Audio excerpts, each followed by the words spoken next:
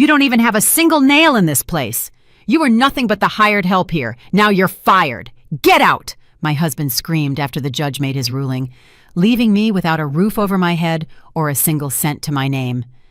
I sank onto a bench and just started to sob. Welcome to Betty's Stories. I share new life stories here every day, and I'd really appreciate it if you hit subscribe and like my video. Now, let's jump back into my story. I'm sure you'll love it if you keep listening till the end. Next to me, an old man in ragged clothes was shivering from the 0-degree cold. I felt bad for him and gave him my last scarf.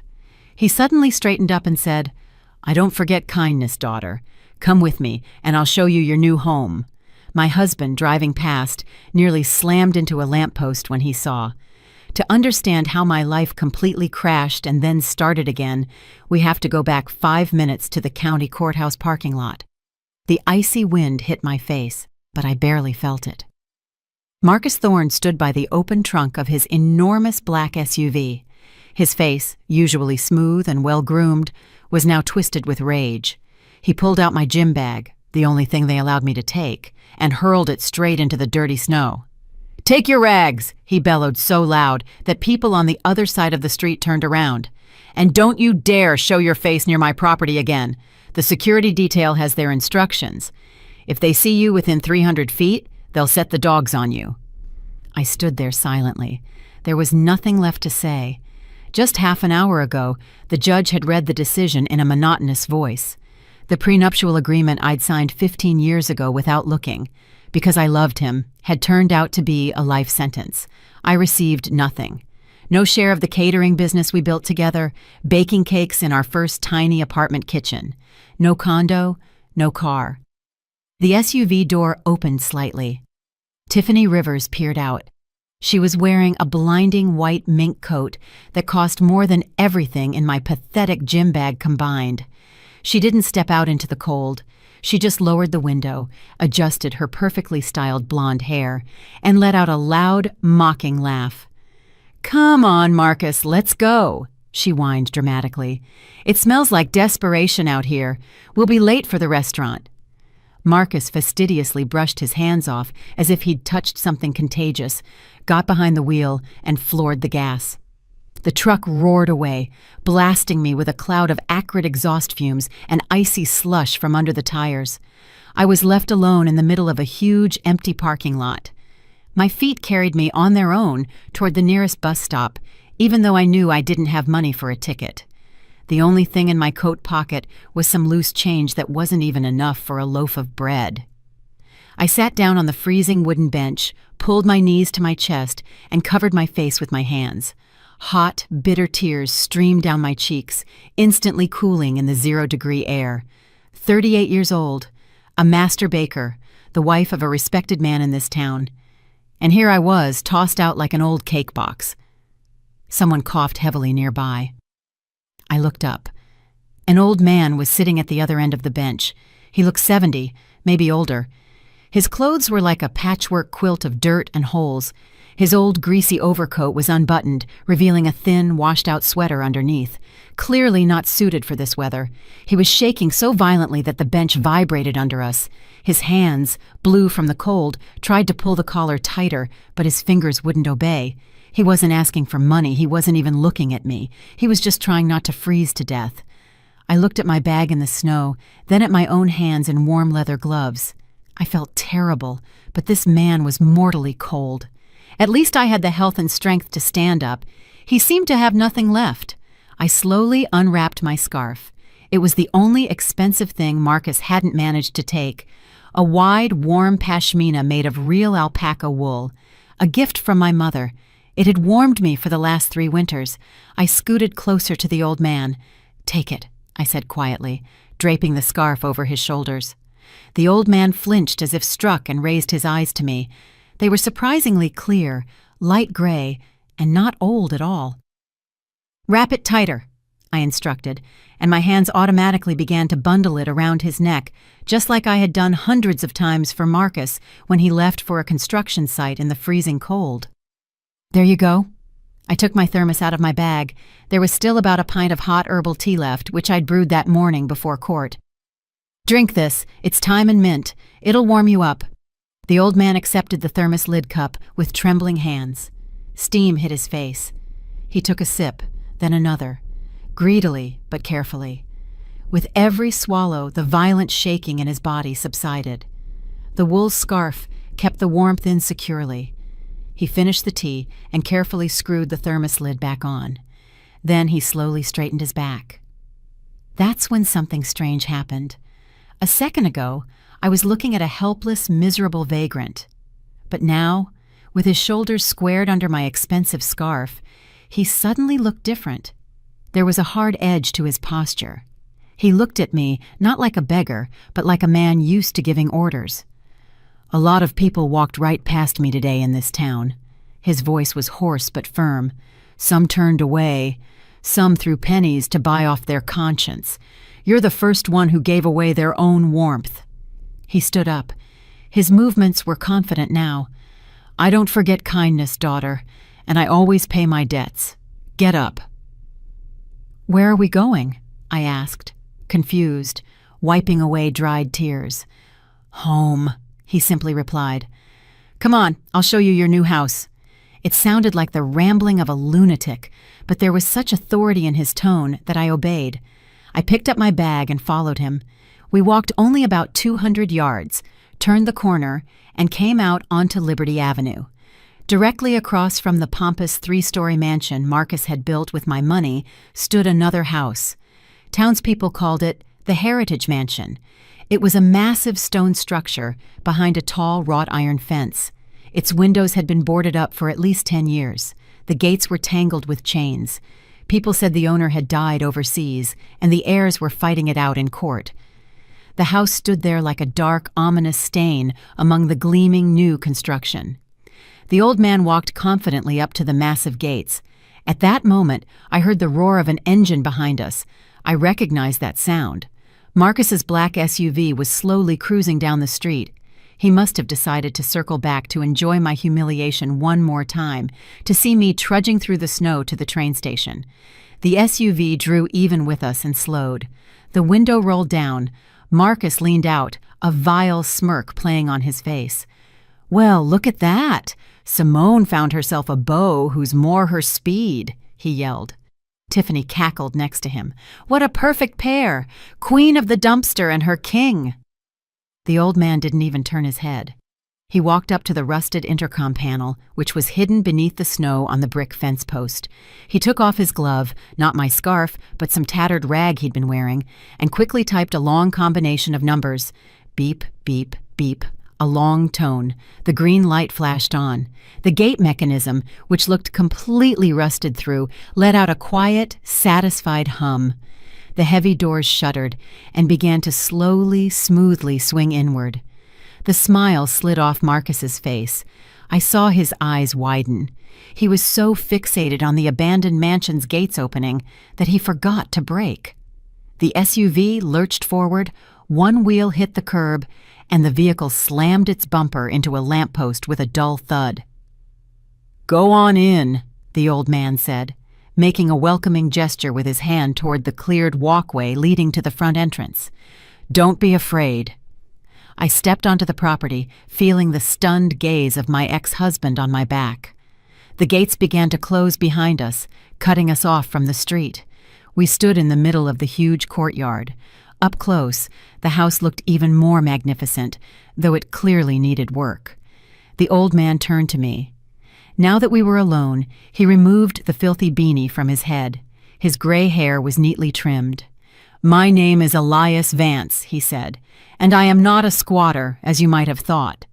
He pulled a huge set of keys from a deep pocket. I own this estate and the land it sits on. He nodded toward the fence, beyond which Marcus's pretentious 3-story mansion with the faux gold lion statues at the entrance was visible. Your ex-husband thinks he's the master of the universe. Elias smirked, and the expression was terrifying. But he forgot one detail.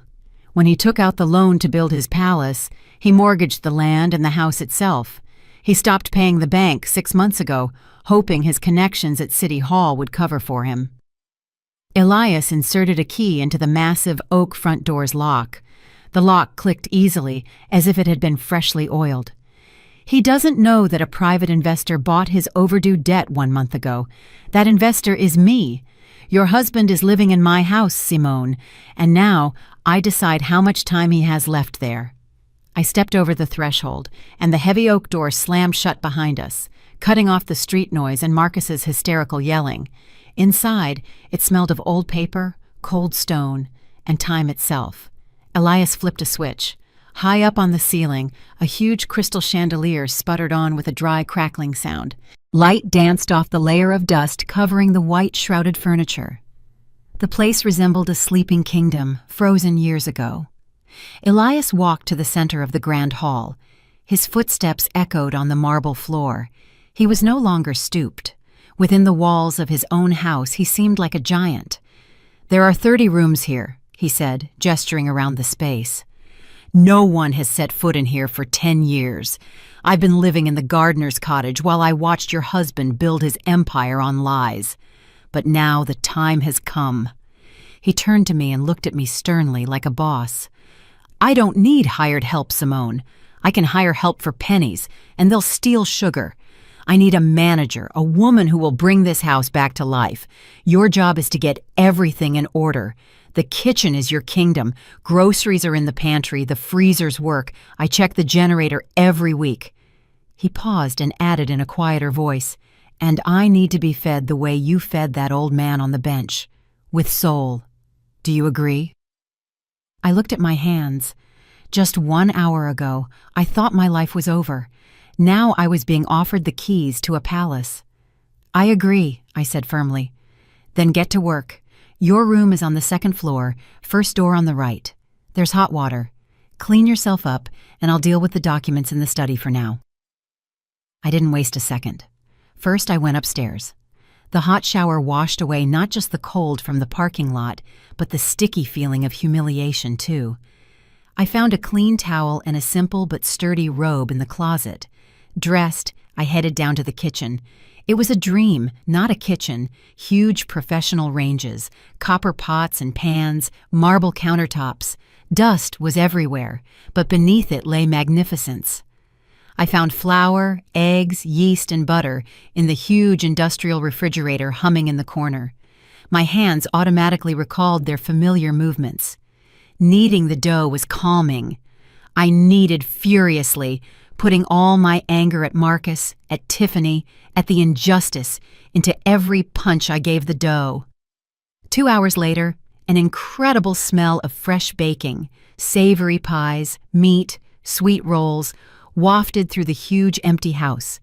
The house was starting to wake up, and across the street, in the mansion with the golden lions, panic was setting in. I saw it through the kitchen window. Marcus was pacing frantically in his yard with his phone to his ear. He had recognized Elias. Of course he recognized him.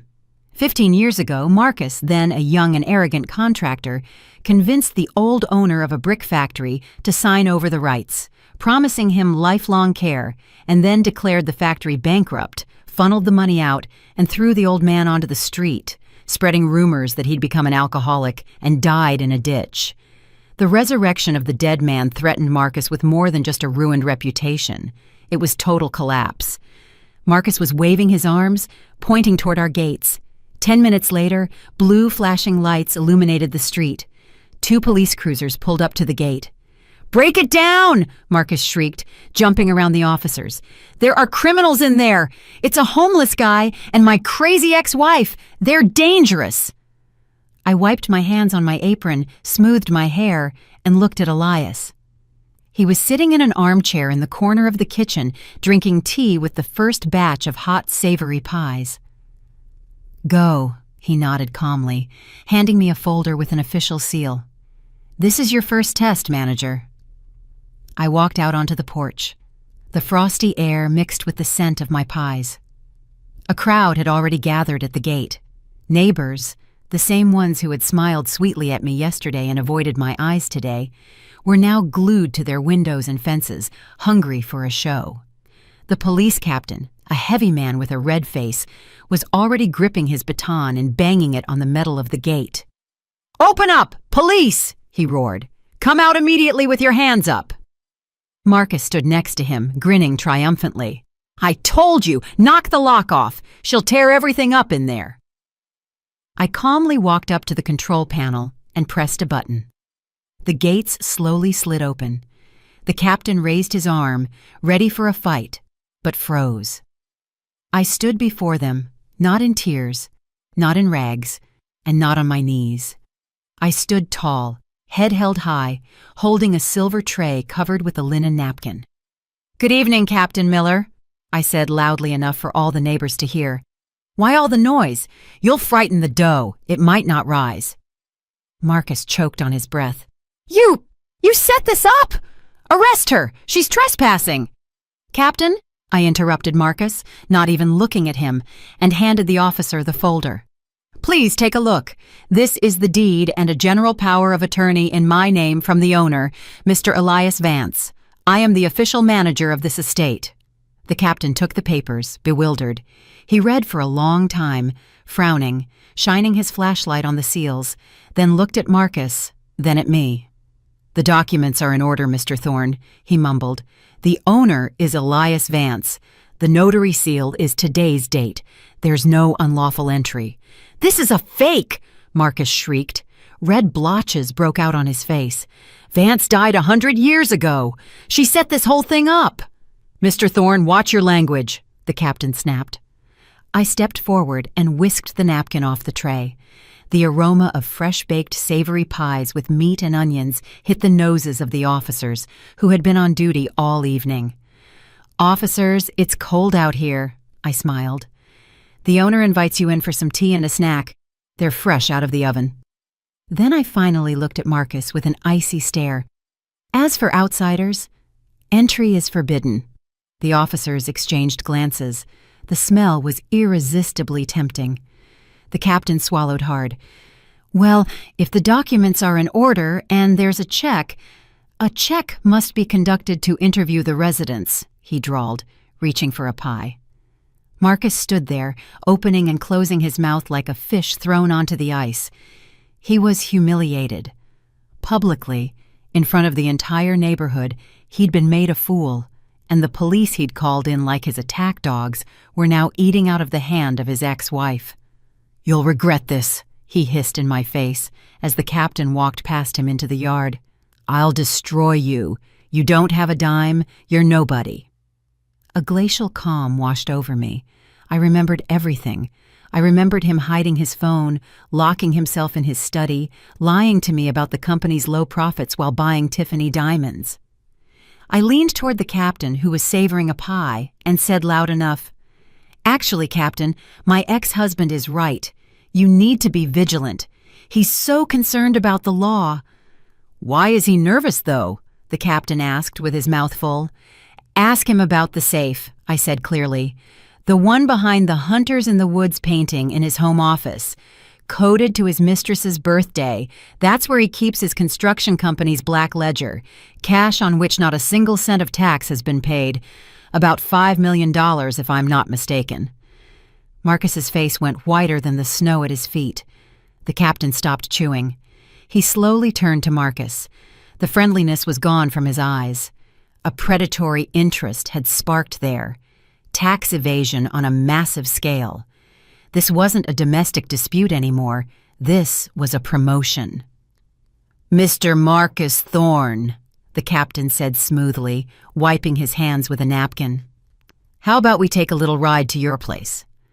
We'll check that tip." I smiled, turned, and walked into the warm house, leaving Marcus alone with the law he had so carelessly summoned. The next morning, all of Marcus's accounts were frozen. The IRS worked with terrifying speed, as if they'd been waiting for this tip-off. I saw a courier from the bank hand him the notification right at his front gate. Marcus crumpled the paper and threw it into the snow. His face was scarlet with fury, but a worse blow than the IRS awaited him inside. Tiffany. Her piercing voice traveled even across the street, cutting through the double-pane windows. "You promised me a mink coat. You promised the Maldives this week. Why is my credit card declined at the salon? I look like a scarecrow." Marcus tried to calm her, but his arguments about temporary difficulties were drowned out by her hysteria. He desperately needed to save face. If the town learned that Marcus Thorne was bankrupt, his competitors would eat him alive. By noon, rumors were flying around town.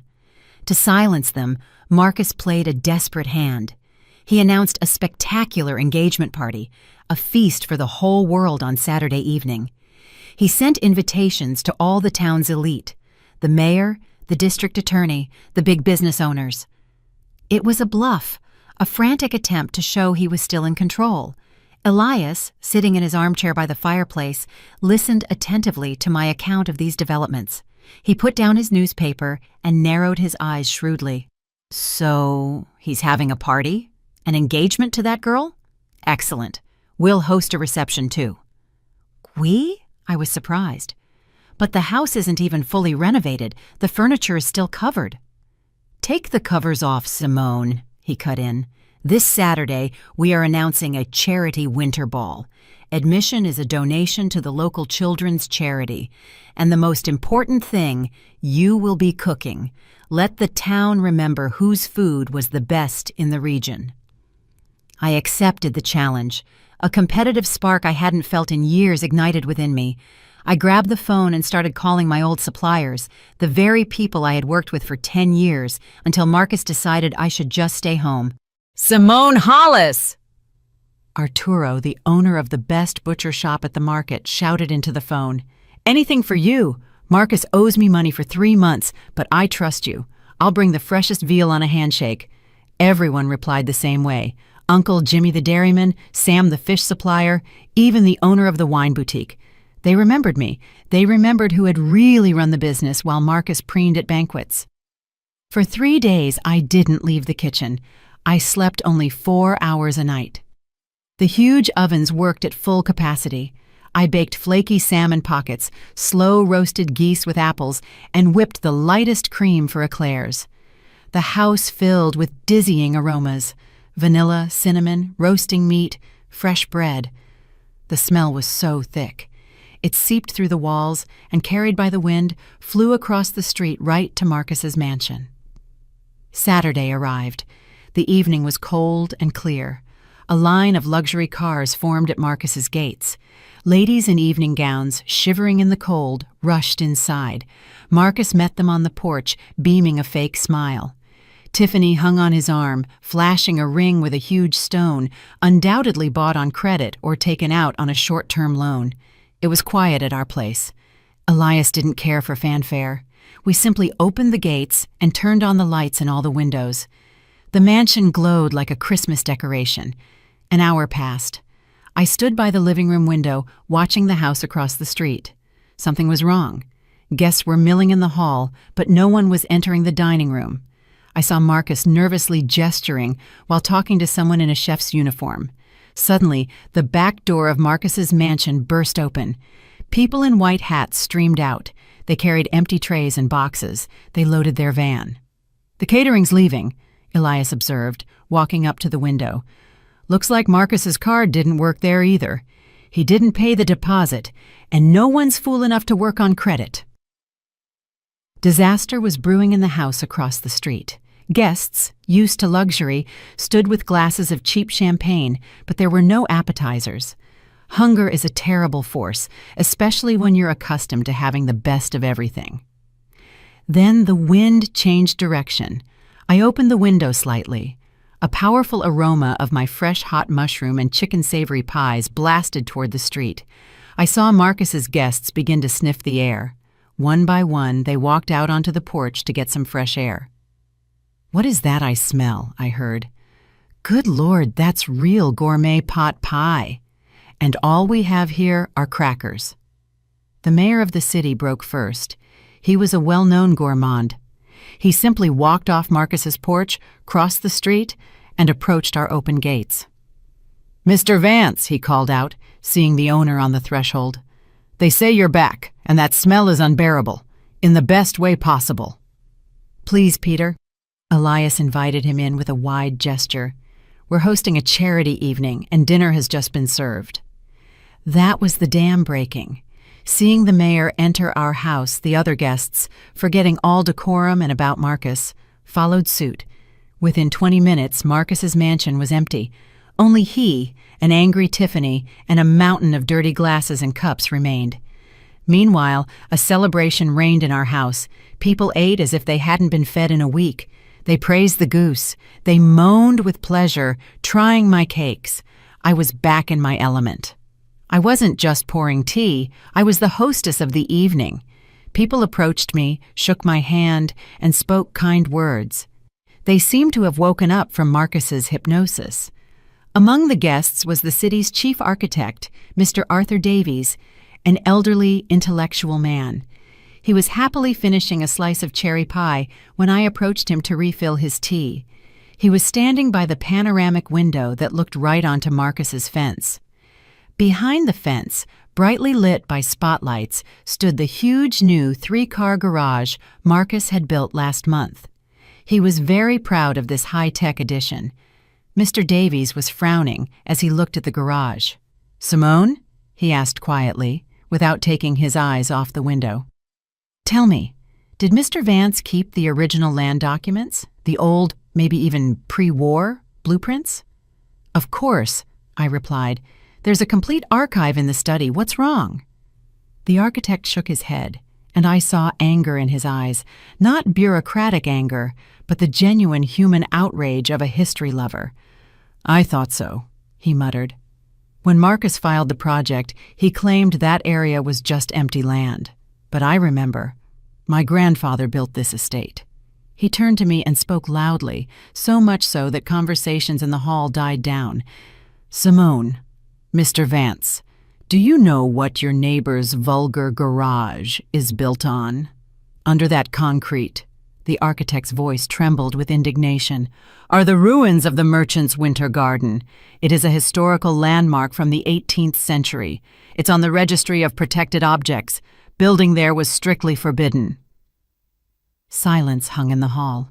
Destroying a historical monument in our city, which prided itself on its past, was more than just a violation. It was sacrilege. "Furthermore," the architect continued, taking off his glasses and wiping them with a cloth, "based on the boundary survey I can see from here, Marcus's fence is moved 12 feet onto your property. He didn't just build his garage on a historical monument. He built it on your land." The crowd gasped.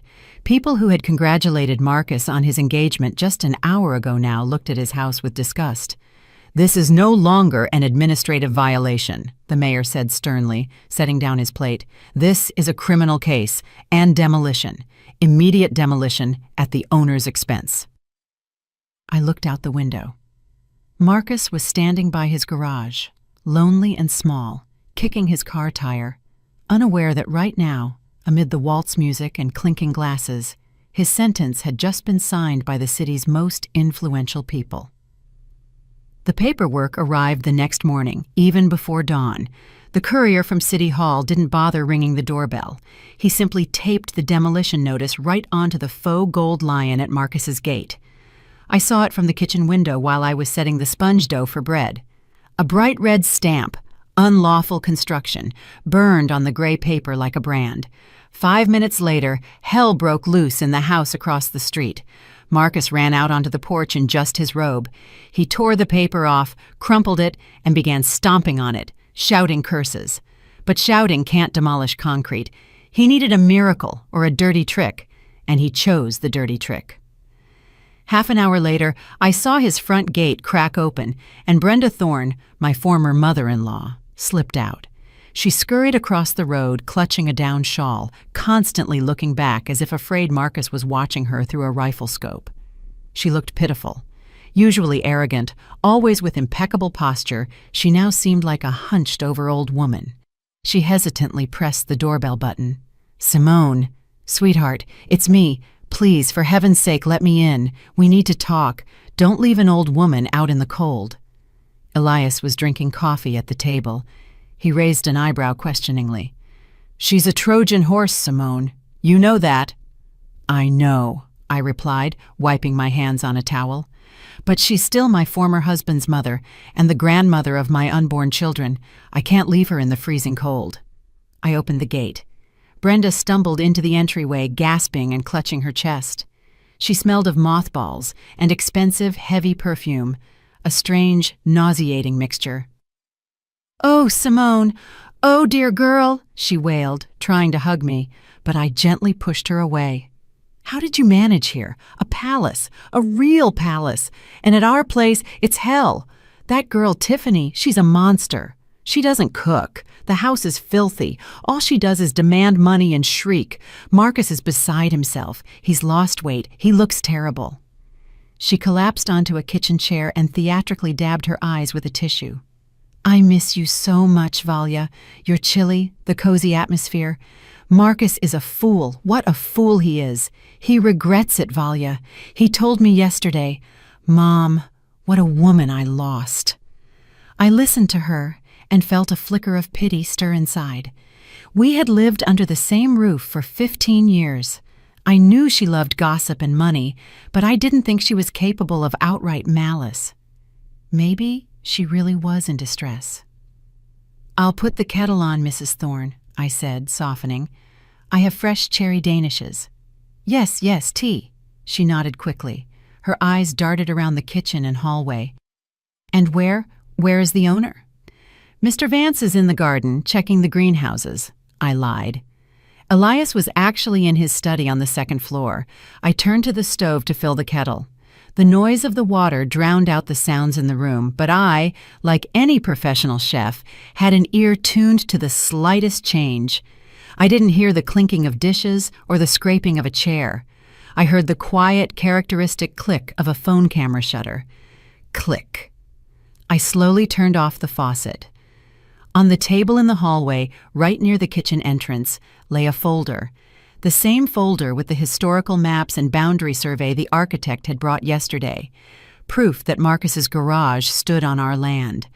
I quietly stepped back and peered into the hallway. My pity vanished instantly. Brenda Thorne was standing over the folder. With one hand, she was quickly flipping through the brittle pages, and with the other, she was holding her smartphone, snapping pictures of every sheet. Her face was focused and predatory. No tears, no heartbreak, pure calculation. Marcus hadn't sent her to reconcile. He had sent her to steal evidence so he could later claim in court that the maps were lost or forged. I could have yelled. I could have thrown her out the door, but I remembered Elias's words. "Anger is fuel. Don't burn it up uselessly. Use it for the engine." I returned to the kitchen, loudly banging the kettle onto the stove. Brenda flinched, shoved the phone into her cardigan pocket, and scurried back to the chair. When I came in with the tray, she was sitting with her hands folded in her lap, once again posing as a saintly martyr. "Here's the tea," I said calmly, setting the cups on the table. "Help yourself." "Thank you, dear." She reached for a Danish. "You're so kind, unlike some people." "Mrs. Thorne," I interrupted her, sitting down across from her. "How is your pension? You receive an increased amount as the widow of a veteran worker. Is it enough?" She choked on the crumb. "What? My pension?" "Well, it's enough, of course. Marcus helps out when he can, although he's having difficulties right now." I pulled another thin black folder from the kitchen drawer. Elias had put this file together in 2 days. His lawyers and accountants were adept at finding what was hidden deep down. "Marcus helps?" I repeated, opening the folder. "That's strange. The documents say otherwise." I spread a bank statement in front of her. "Look here. This is your pension account, Mrs. Thorne. Access was limited to you and Marcus. Through a power of attorney you signed 3 years ago, remember? So it would be easier for your son to pay the utilities." My mother-in-law stared at the numbers. Her eyes widened. "See these transactions?" I traced the lines with my finger. Every 15th of the month, the day the pension was deposited, the money was transferred to another account, cleared out to zero. That's a mistake," she whispered, paling. "Marcus said he was putting it into a high-interest CD to save up for a beach cottage for me." "There is no CD," I said harshly, "and there won't be a cottage. Look at the second page." I flipped the sheet over. This is the account for Prestige Motors. Payments for a red sports convertible. Make, model, and the owner's name. Tiffany Rivers. The silence in the kitchen became deafening. Brenda snatched the paper. Her hands were shaking so much that the document fluttered. She read, and with every line, her face aged 10 years. He took my money for medicine, for my old age. Her voice broke into a high-pitched squeal. And he paid for that tramp's car. 3 years, I finished. You lived on a shoestring, cutting corners on everything, thinking you were building up capital. And your son was buying his mistress leather seats and custom rims with your money. She looked up at me. There was no more pretense in her eyes. There was a dark, bottomless hatred. Not for me, but for the son she had idolized and who had betrayed her for his mistress's whim. She slowly stood up. The phone she'd used to photograph the maps fell out of her pocket onto the floor, but she didn't even glance at it. "I gave birth to him," she hissed, and the sound was more frightening than any scream. "I stayed up all night for him.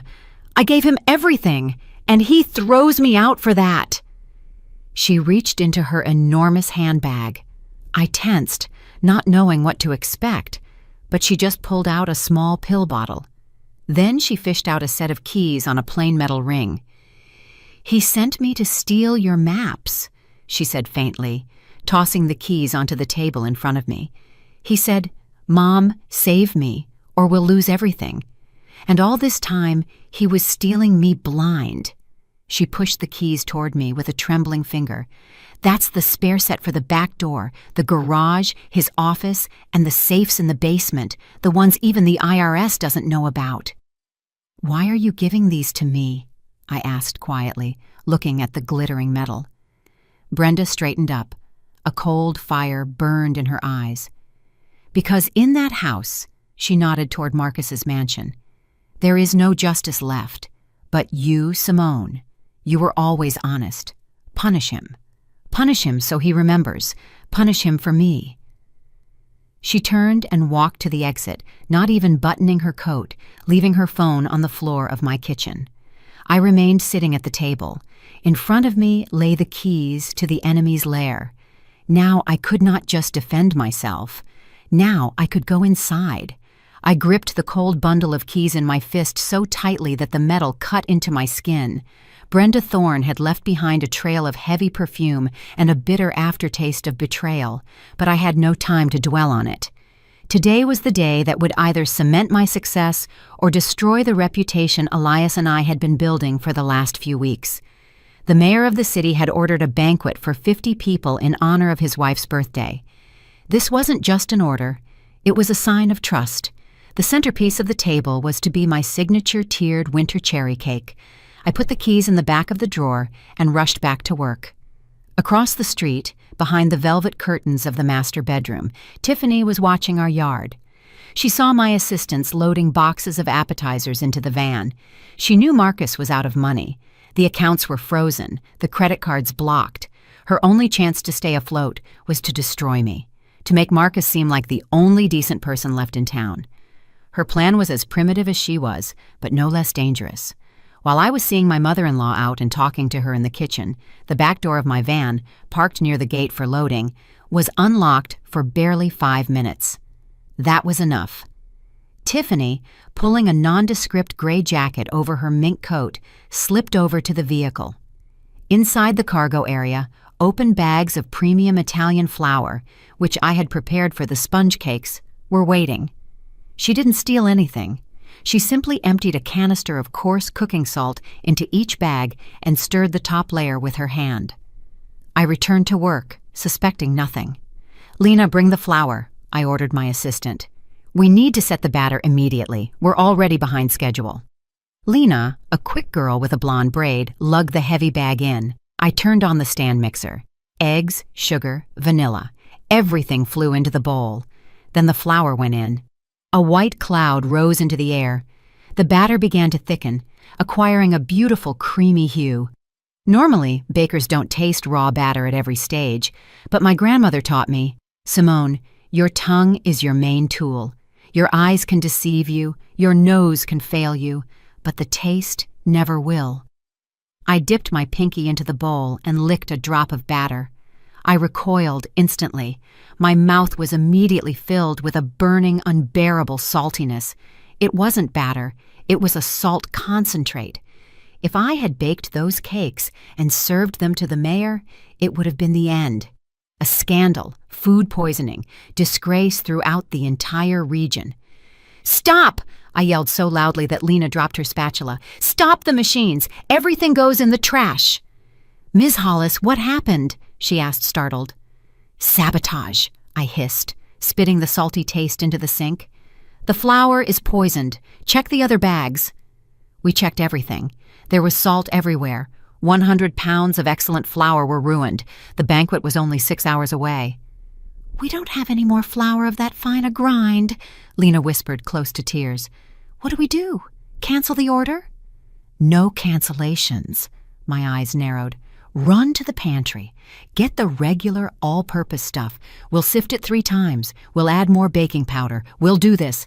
But now I know. This is war." We made it. The cake turned out magnificent, though it cost me a mile of nervous energy. When the van with the order finally pulled away from the gates, I wiped the sweat from my brow and looked out the window. Marcus and Tiffany were leaving the house. They were getting into the car. Marcus looked beaten down. He was shouting something, waving his hands. Tiffany sat with a stone-cold face.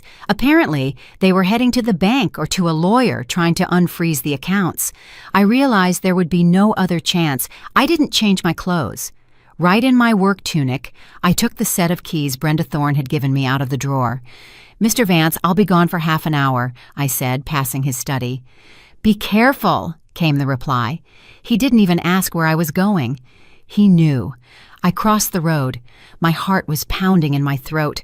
For the first time in a month, I was approaching the gate of my former home not as a supplicant, but as an invader. The key slid smoothly into the lock. The gate opened. The yard was covered in snow. Marcus had fired the groundskeeper and wasn't used to picking up a shovel himself. I walked up to the back door. Another turn of the key. Click. I was inside. The house greeted me with silence and the smell of staleness. Unopened boxes from high-end boutiques were strewn in the hallway.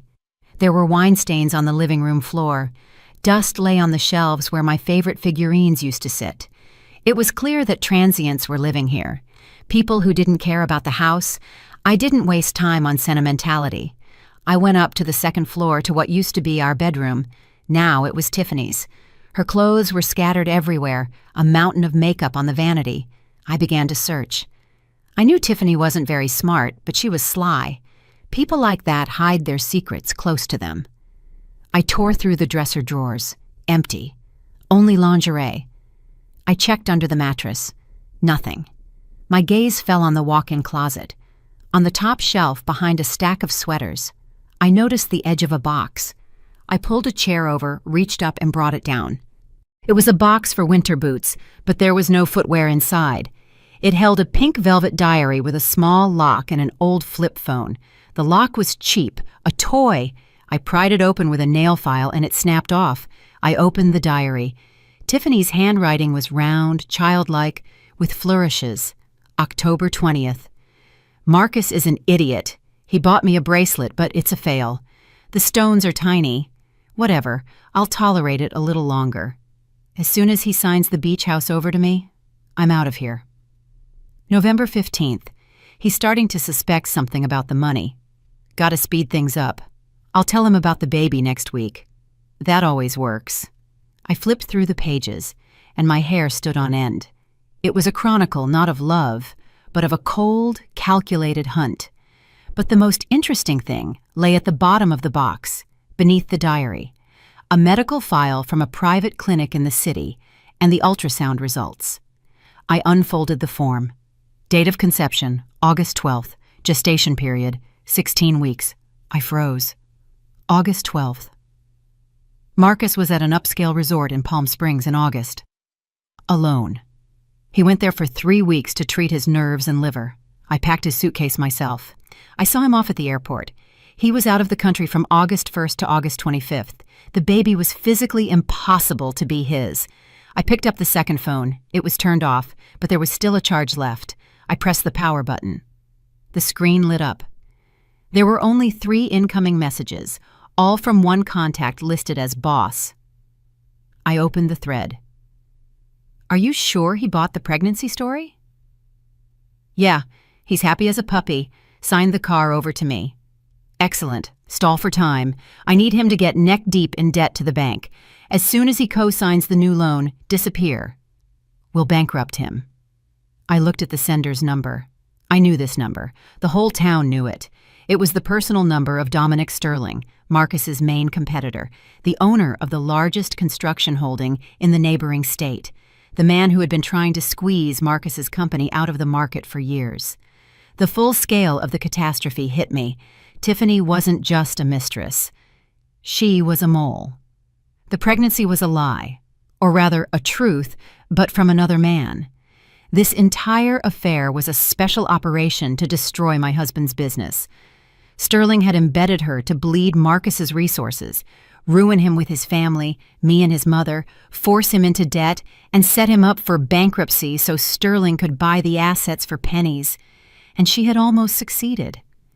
I shoved the documents and the phone into my tunic pocket. Downstairs, the front door slammed shut.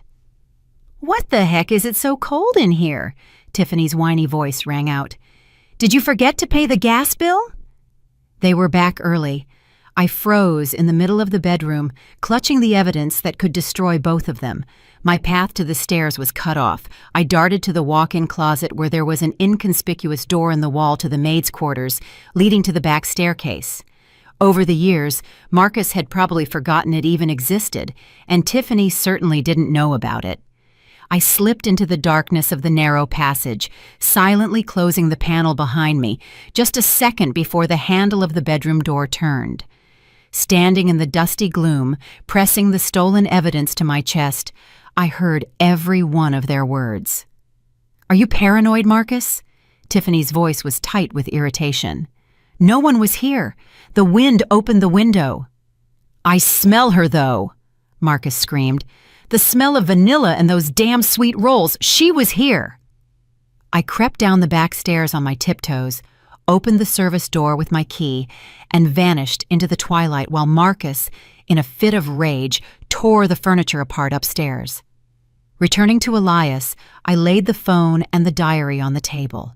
My hands were shaking. "We have to go to the police," I blurted out. "Right now!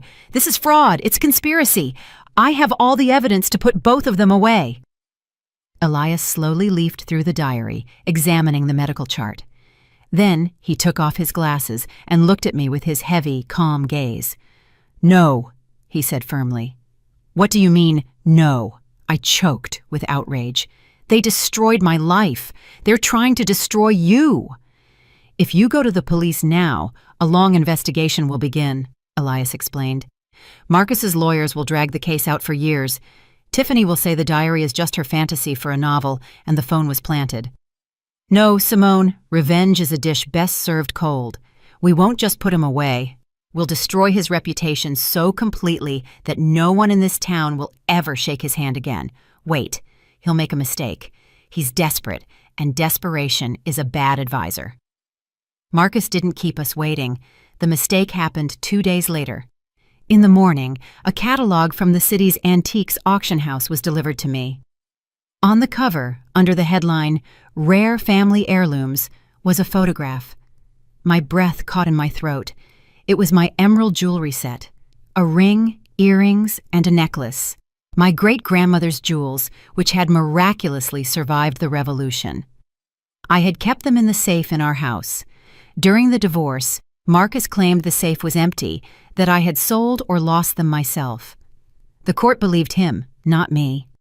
Now, pressed by debt, he decided to sell the only things that connected me to my lineage. "The auction is tonight," I said quietly, clutching the catalog. "He wants quick cash." "Get dressed," Elias nodded. "Put on your best dress. We're going to buy them." "Buy?" I was astonished. My own things? We're going to take back what's ours, the old man smirked. And the auctioneer is an old acquaintance of mine. He doesn't like thieves. That evening, I walked into the auction house hall.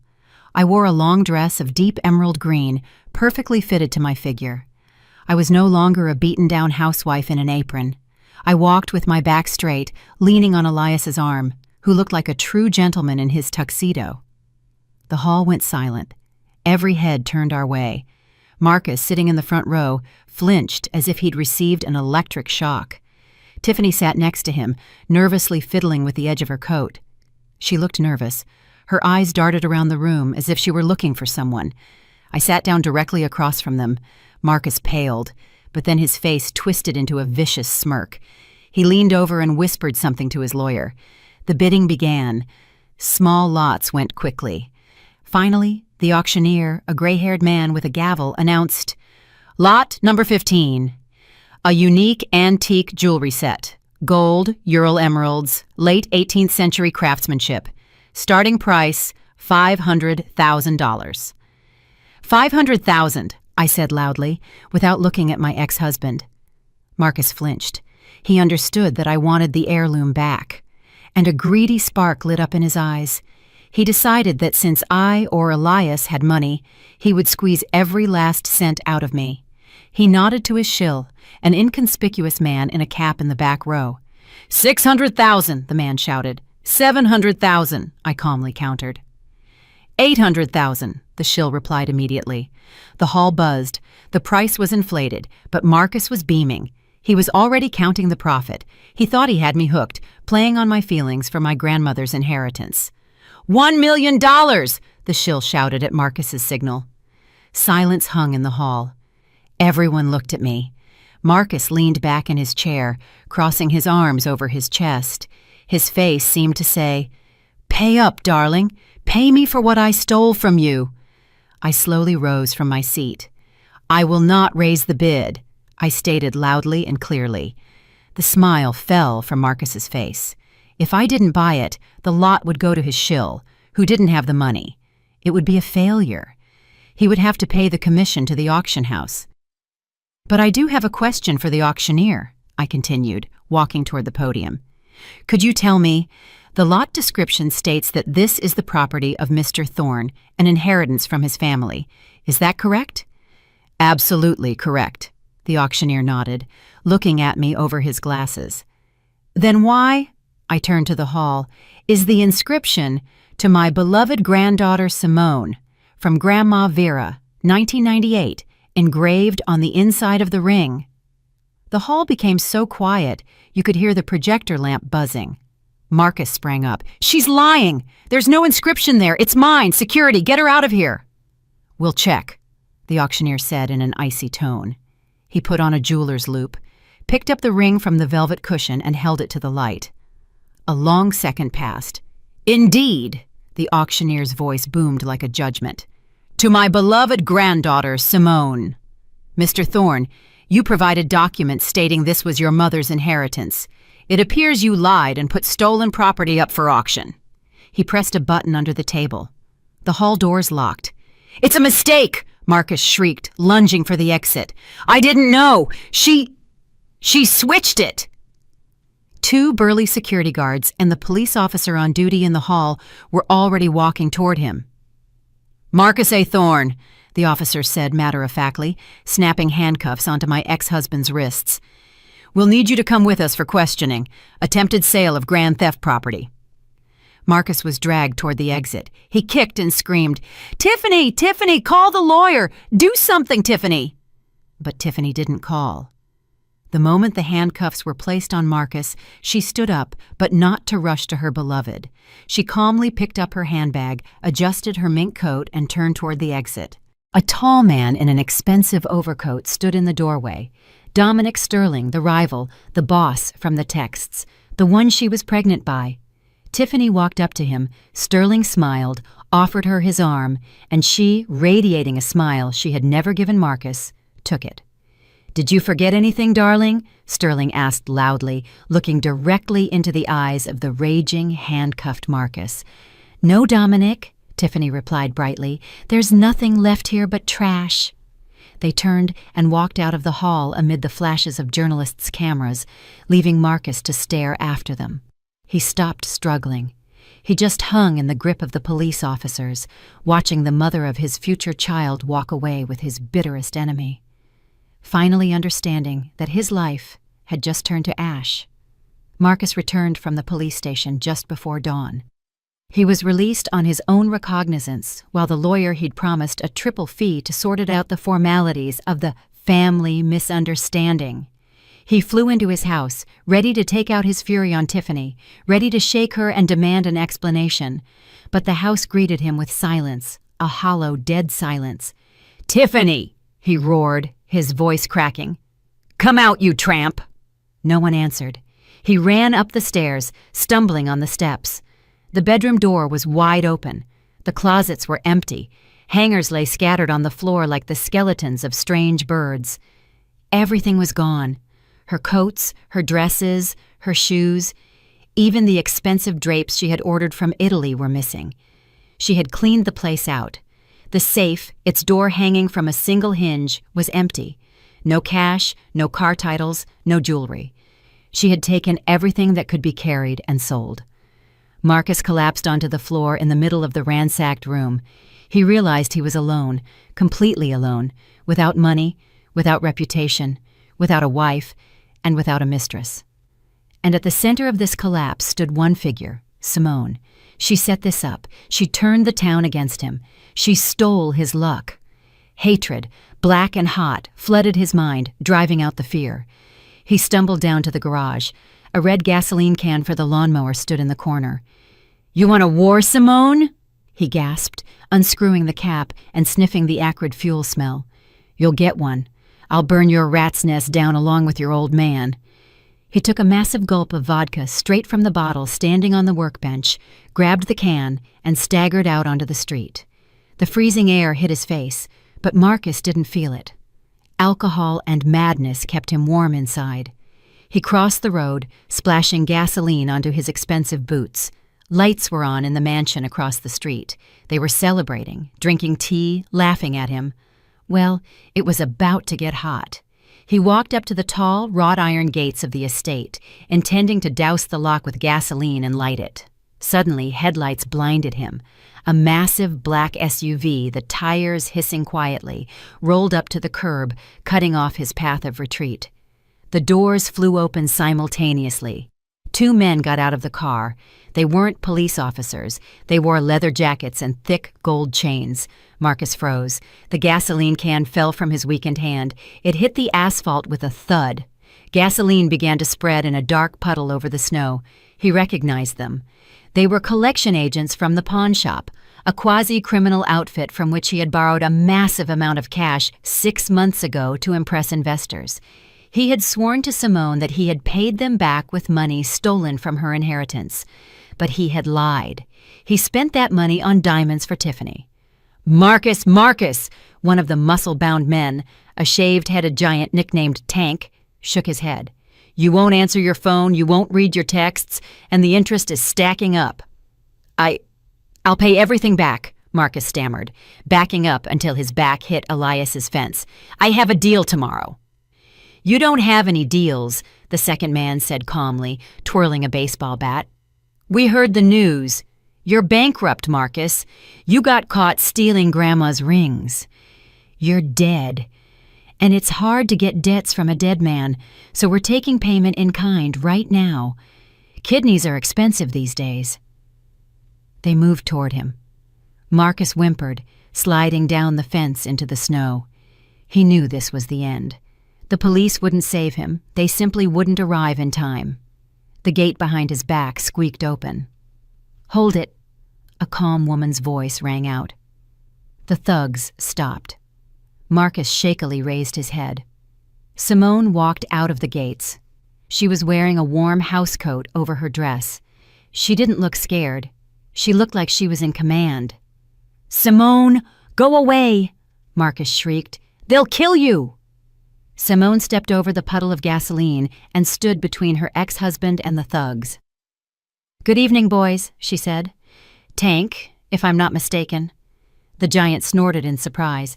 "Who are you, lady? Go bake cookies before you get hurt." "I'm the one who has the money," she simply replied, "unlike this piece of work lying in the snow." She took out her phone and showed them the screen. "I know how much he owes you. $300,000 plus late fees. $500,000 in total. But you understand that you won't get a penny from him. He's broke. His accounts are frozen, his house is collateral, and his car is leased. You can beat him, you can kill him, but it won't bring you any money. Only prison time." The thugs exchanged glances. She was speaking their language, the language of profit. "So what's your offer?" Tank narrowed his eyes. "I'll buy his debt," Simone said firmly. "Right now, with a transfer to your offshore account, but with a discount. I'll give you $250,000. That's cold, hard cash, right here, right now, or you walk away with nothing and a murder rap for killing a bankrupt guy." It was brazen, but it was also the only way for them to recover anything. Tank scratched the back of his neck, looked at the pathetic Marcus, then at the composed Simone. $300,000, he said. $250,000, Simone cut in. "And we sign the assignment agreement on the hood of your car, now." Tank spat into the snow. "Deal. You got balls, lady. I respect that." One of the thugs pulled a crumpled assignment agreement form from the glove compartment. Simone read it carefully, illuminating it with her phone's flashlight, and signed it with a flourish. Then she performed a few manipulations in Elias's banking app, which he had given her full access to. "Money transferred," she said, showing them the receipt. Tank checked his phone. "It's in. See you, Marcus. Lucky you got an ex-wife."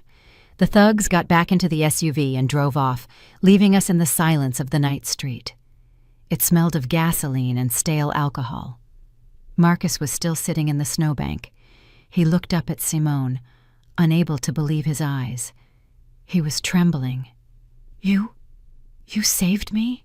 he whispered, and hope crept into his voice. "Simone, you still love me. I knew it. I knew you'd forgive me. We'll start over, right? I'll throw Tiffany out. Simone looked at him not with love or even hatred. She looked at him as if he were a smudge on a tablecloth. She waved the paper she had just signed in front of his nose. "You don't get it, Marcus." Her voice rang with steel. "I didn't save you. I bought you." She took a step toward him, and he instinctively pressed himself into the snow. "Remember that loan agreement?" she asked. "It says in the fine print about collateral. The security for this loan was all the borrower's property, including the real estate." Marcus's eyes widened in terror. "You no longer owe the thugs," she stated, every word clearly articulated. "You owe me $500,000 right now. Do you have the money?" Marcus shook his head. "Then the collateral clause takes effect." Simone pointed across the street to the mansion with the golden lions. "As of this second, that house belongs to me, in settlement of the debt." She leaned over him so closely that he could see his reflection in her cold eyes. "Get up, Marcus, and get out of my house. You have 10 minutes to take your personal belongings before I change the locks. Time starts now." But Marcus didn't leave. Instead of gathering his belongings, he staggered toward the porch. He tripped, fell to his knees, but immediately scrambled up and yanked the heavy front door open. I heard the door slam shut with a crash, followed by the dry metallic scrape of the locks. One turn, a second, a third, the bolt slid home. "It's my house!" His hysterical scream came through the door. "Mine! You won't get it! I'm the owner here! My home is my castle!" I remained standing at the gate, clutching the contract that was now my only weapon. Silence reigned around us, broken only by the heavy breathing of Elias, who had walked out onto his porch and stood behind my shoulder. "He won't come out, Simone," the old man said quietly. "He's cornered, and a cornered rat is more dangerous than a tiger." Just then, a window on the second floor flew open, the same one Tiffany had once laughed out of at me. Marcus's figure appeared in the opening. In the light of the street lamp, I saw the glint of metal. A double-barreled shotgun, the hunting rifle he liked to pose with in pictures, though he'd never been hunting in his life. "Get out!" he yelled, aiming the barrels down at us. "Everyone, get out! Anyone who comes near the fence, I'll shoot like a dog." A shot roared. Birdshot sparked off the asphalt 3 feet from my feet. I didn't move, but Elias sharply yanked my arm, pulling me behind the concrete gatepost. "Call the police," he snapped. "This is no longer a family squabble. It's an armed assault." 10 minutes later, our quiet street turned into a war zone. Sirens wailed, making my ears ring. Searchlights sliced through the darkness, illuminating Marcus's mansion like a stage set. Police cars blocked the exits. SWAT officers in helmets and body armor poured out of a van, taking positions behind cars and trees. Captain Miller, the pie lover, was now serious and grim. He stood next to me, behind an armored shield, holding a megaphone. "Thorne!" his voice boomed, amplified by the speaker. "Drop the weapon! You are surrounded! Come out with your hands up!" In response, a shot was fired from the window again. The glass in a police cruiser shattered. "I won't go back to jail!" Marcus shrieked. "You'll take me alive! I'll burn everything down!" Neighbors, the same ones who had recently been drinking at his receptions, now huddled in corners, filming the scene on their phones. For them, it was a show, a free circus. "Ms. Hollis," the captain turned to me, adjusting his helmet. "We can't wait. He's drunk and irrational. He has a gas can inside. We saw him bring it in. If he sets the house on fire, we'll lose not only the property, but the neighboring buildings too. I'm giving the command to storm." "The sniper is ready." I felt cold inside. A sniper meant death. Yes, Marcus had destroyed my life. He had thrown me out into the freezing cold. He betrayed me. He humiliated me. But I remembered him differently. I remembered us dreaming about our business, how happy he was about the first cake we sold. I didn't want his blood on my hands. If he died here, on the threshold of the house I had just taken from him, that shadow would stay with me forever. "No," I said firmly. "Don't shoot. Give me 5 minutes." "It's dangerous," the captain warned. "He won't shoot me if I talk to him on the phone. He has a choice. He just doesn't see it yet." I pulled out my cell phone. I dialed the number I had known by heart for 15 years. The rings went on forever. I watched the dark window where my ex-husband was hiding and prayed he would pick up. Finally, a click. Heavy, ragged breathing on the line. "What do you want?" he croaked. "You want to enjoy this? Came to watch me die?" "Marcus, listen to me." My voice was calm, even. I didn't scream or beg. I spoke like a surgeon explaining a diagnosis. "Look out the window. Do you see the snipers? They will kill you in 2 minutes if I don't stop them." "Let them kill me," he snarled. "I have nothing to lose. You took everything." "I only took back what you yourself gave away," I said harshly. "But you need to know the truth before you pull that trigger. You think you're the tragic hero? No, Marcus. You're the clown in a farce. Shut up." "No, you're going to listen. You're screaming about Tiffany, about your love. Then know this. She never loved you. The child she's carrying." "Did you see the medical file?" 16 weeks along, and you were out of the country at the moment of conception. "That baby is Sterling's, Marcus," I finished without mercy. "Your enemies. She was his spy. You were used as a wallet, and when the money ran out, you were discarded. Are you ready to die for a woman who's laughing at you right now in bed with your competitor?" I heard him draw a ragged breath. "That's a lie," he whispered, but the conviction was gone from his voice. "And listen to this about your mother," I continued relentlessly. "How do you think I got inside your house? How did I find out about the safe? Your mother, Marcus, Brenda Thorne herself gave me the keys because you were stealing her pension. You stole from your own mother to buy a prostitute a car. You betrayed everyone who loved you." "Mom," his voice cracked, turning into a pathetic sob. "You have nothing, Marcus. No honor, no family, no money, no home. You're standing in the middle of the ruins that you created yourself. But you have a chance to stay alive. Come out. Not for me, but so you don't give Sterling the satisfaction of seeing your corpse on the news." I fell silent. Seconds ticked by like lead. I saw the captain raise his hand, ready to give the signal to the sniper. "Marcus, put the gun down," I said softly. "Come out. It's over." The line went dead. I lowered the phone. My heart was pounding in my throat. The captain looked at me questioningly. I shook my head, asking him to wait. And then the window closed. A minute later, the lock on the front door clicked.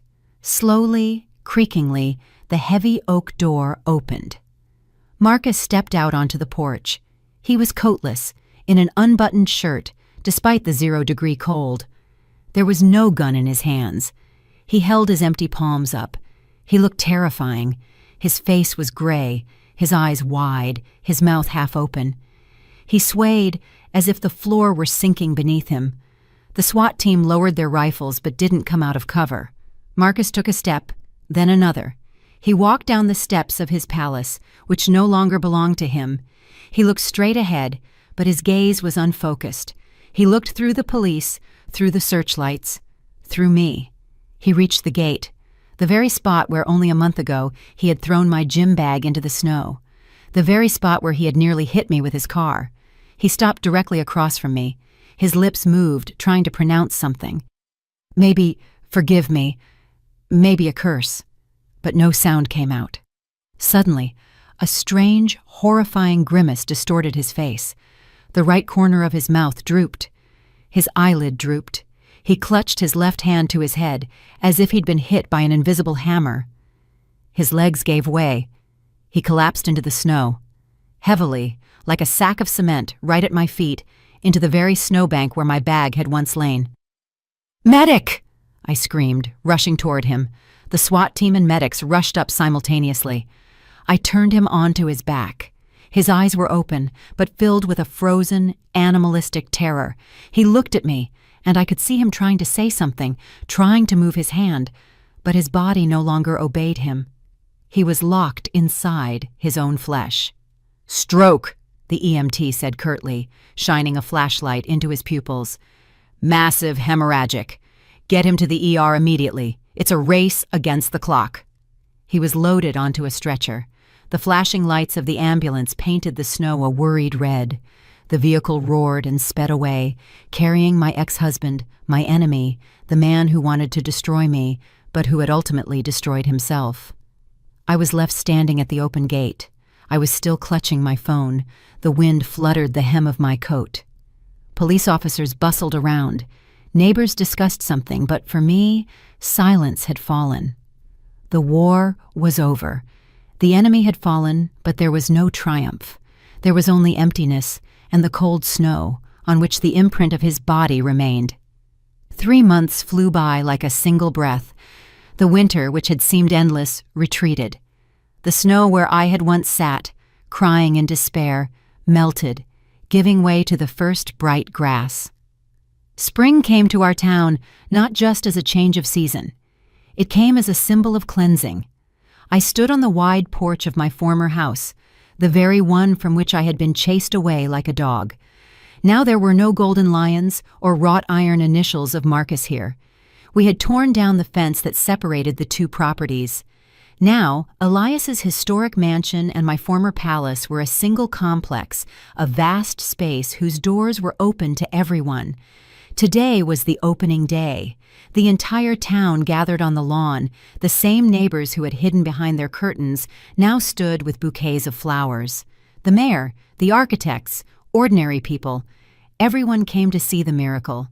The air smelled not of gasoline and smoke, but of vanilla, fresh sweet rolls, and blooming apple trees.